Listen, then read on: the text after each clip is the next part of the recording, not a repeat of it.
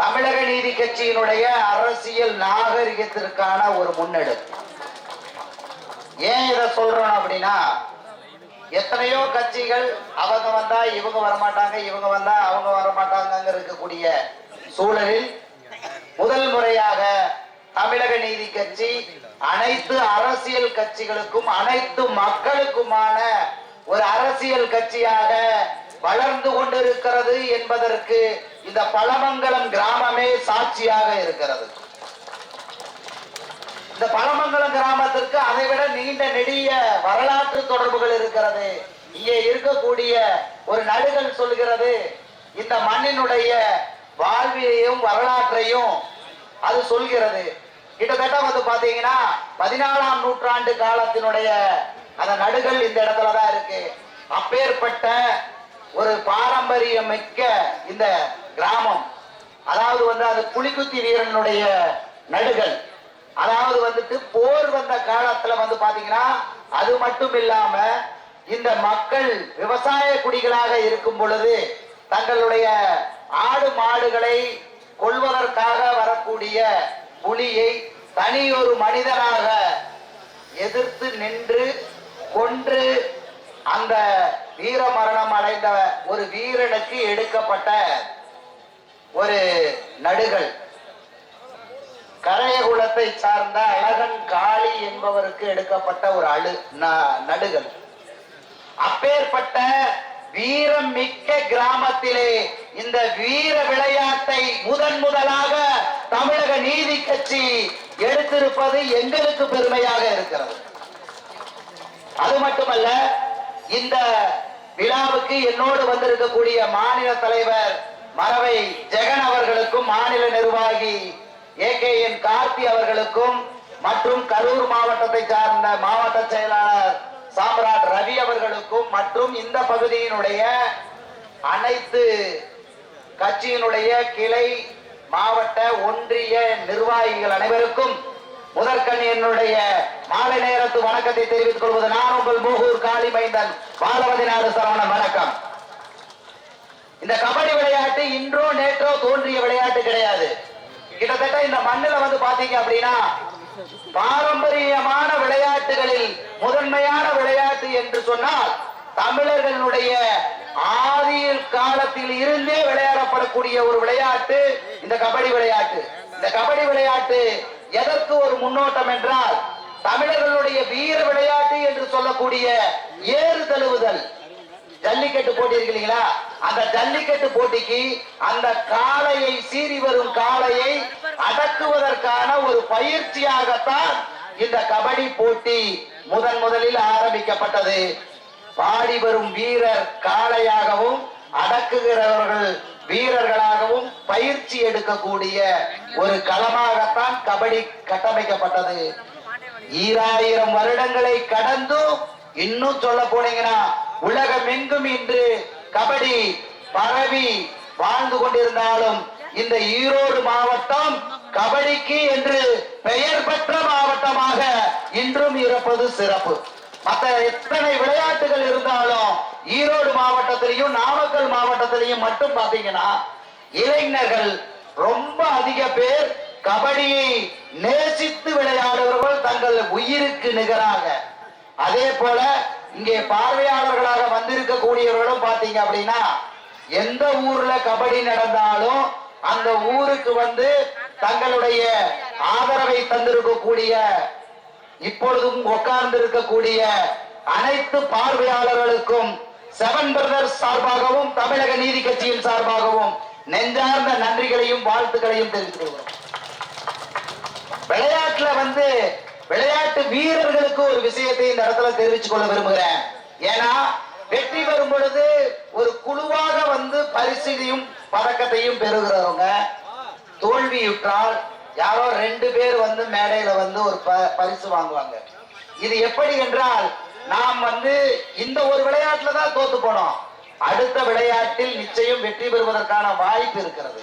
ஆகையால் வெற்றி பெறும்போது எந்த உற்சாகத்துடன் வந்து பரிசை பெறுகிறோமோ, தோல்வி வரும்போதும் அதே குழுவாக வந்து பரிசு பெறுவதுதான் வெற்றி பெற்றவர்களுக்கு நாம் கொடுக்கக்கூடிய மரியாதையாக நான் நினைக்கிறேன்.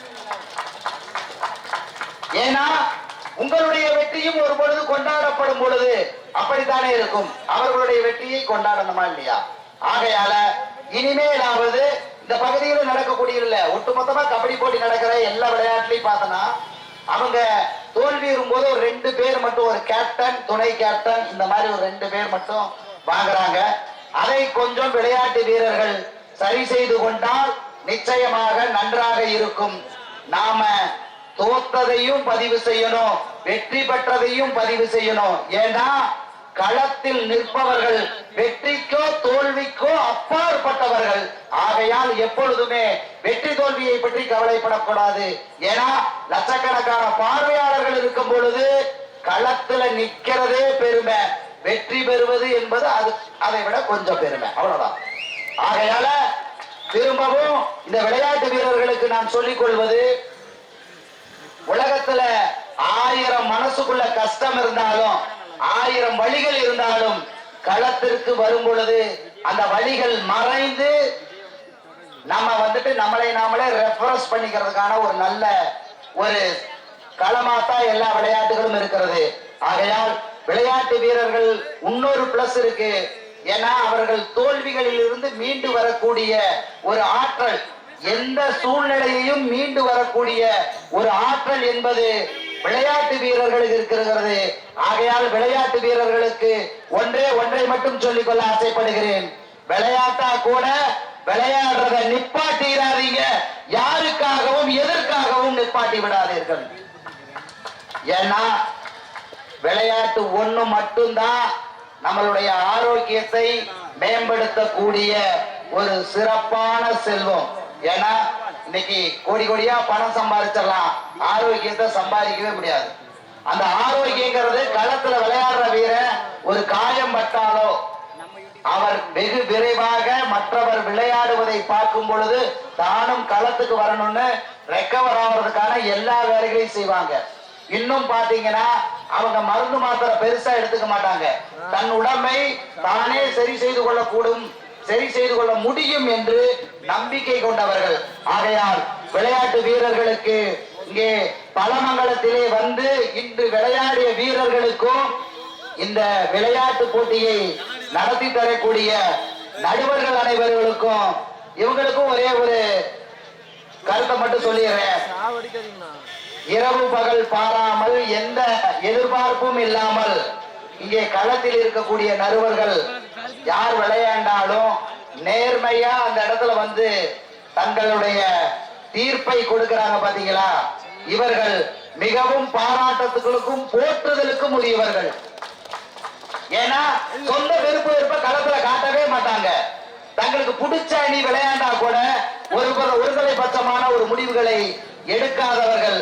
கிட்டத்தட்ட வந்து பாத்தீங்கன்னா இங்க இருக்கக்கூடிய நடுவர்கள் அனைவரும் பாத்தீங்கன்னா, நான் நிறைய விளையாட்டு போட்டிகளுக்கு இங்க சிறப்பு அழைப்பாளராக போகும்போது தொடர்ந்து இவர்களை பார்த்து கொண்டே இருக்கிறேன். பல இரவுகள் உறங்காமல் உங்கள் வெற்றியை உறுதிப்படுத்திக் கொடுக்கக்கூடிய ஒரு நடுவர்களாக இருக்கிறார்கள்.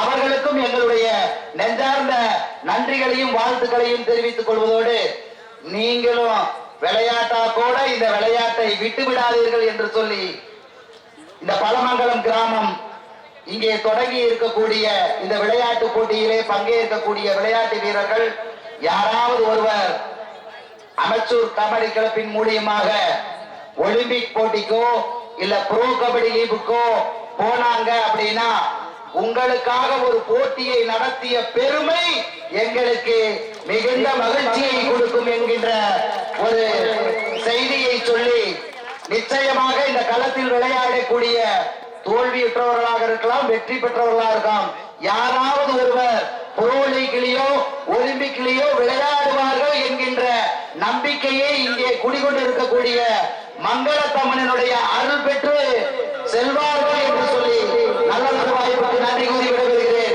நான் நன்றி.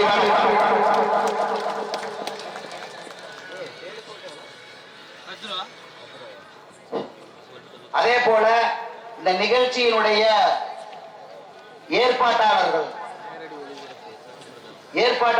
நிர்வாகிகள்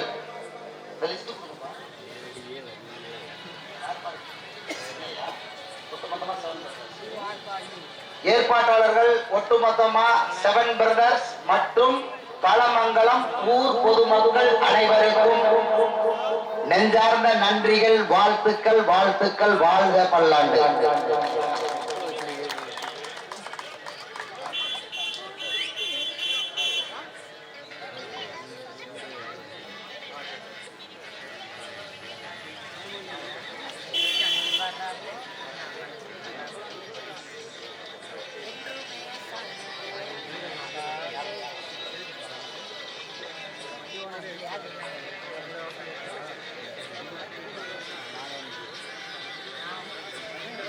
முதல் அரையிறுதி போட்டியில் விளையாட வேண்டிய உதயகளவு காசிப்பாளையம் அணியினரும் விஜயன் சரஸ் நினைவாக பெரியார் கோபி இவ்விரணியினரும் விரைவாக ஆலயம் வர வேண்டும். சிறப்பாளர்கள் காத்துக் கொண்டிருப்பதால் உதயகளவு காசிப்பாளையம் விஜயன் சரஸ் நினைவாக பெரியார் கோபி விரணிலும் விரைவாக ஆலயம் வரவும். இதுவே இவர்களுக்கு இறுதி அழைப்பு. அதே போல 2025 இன்று முடிவடைந்து இன்று இரவு 2026 வந்து ஒரு போட்டி முதல் ஆண்டில் தொடங்கி மறாவது ஆண்டுல வெற்றியை கொடுத்த மாதிரி ஒரு போட்டி எங்கேயும் நடந்ததா நான் கேள்விப்படல. முதல்ல அனைவரும் புத்தாண்டில் தங்களுடைய பரிசு கோப்பையை பெற்று செல்லக்கூடிய அணியினருக்கும் இங்கே இருக்கக்கூடிய அனைவருக்கும் இனிய ஆங்கில புத்தாண்டு நல்வாழ்த்துக்களை தெரிவித்துக் கொள்கிறேன். Happy new year to all. Thank you.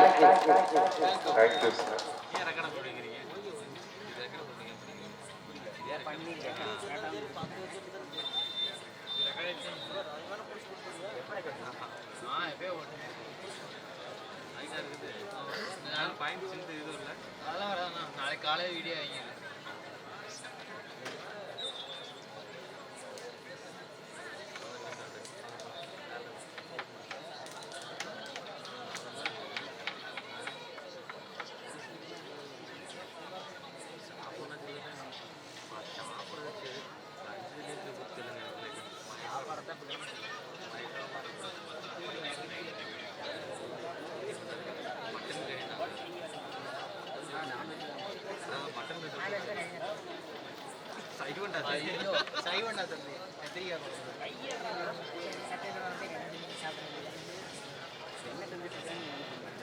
ராஜாண்ணா, அகில இந்திய நடுவர் நான் அசோகனா, நான் எல்லா நடுவர் உள்ளவாங்க.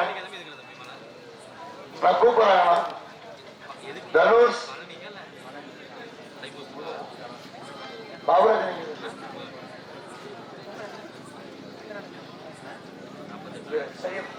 ராஜாண்ணா, நீங்க தான் வரணும் ஃபர்ஸ்ட்.